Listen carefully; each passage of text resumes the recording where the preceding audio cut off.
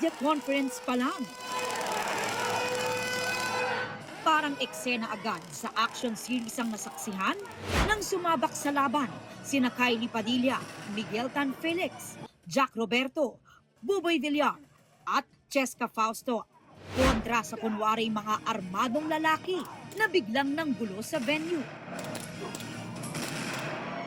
Matapos ang maaksyong opening, masaya namang humarap sa media ang cast para ibida ang kani-kanilang roles at iba pang aabangan sa pinakabagong GMA Prime series na Task Force Firewall.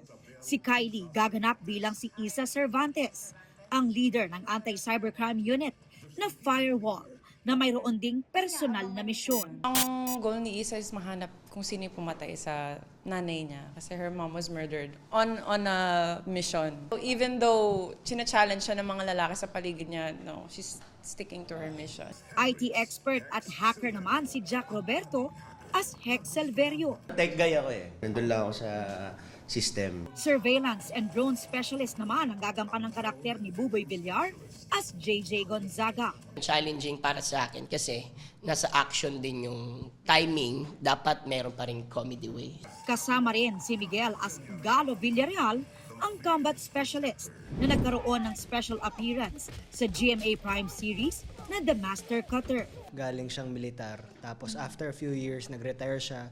Kasama rin si Kailin Alcantara as Cali Sandoval na isang forensic accountant. Si Lexi Gonzalez as Emma Malyari gaganap naman bilang computer analyst.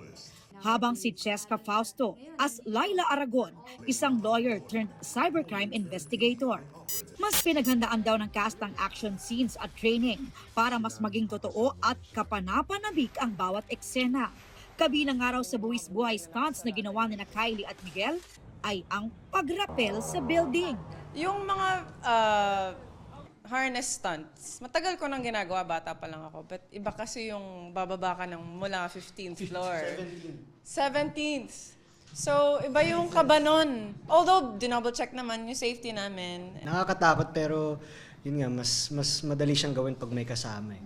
So, na-enjoy ko rin naman. Sa direksyon ni Rico Gutierrez, magsisimula na ang Task Force Firewall sa Lunes, May 25 sa GMA Prime.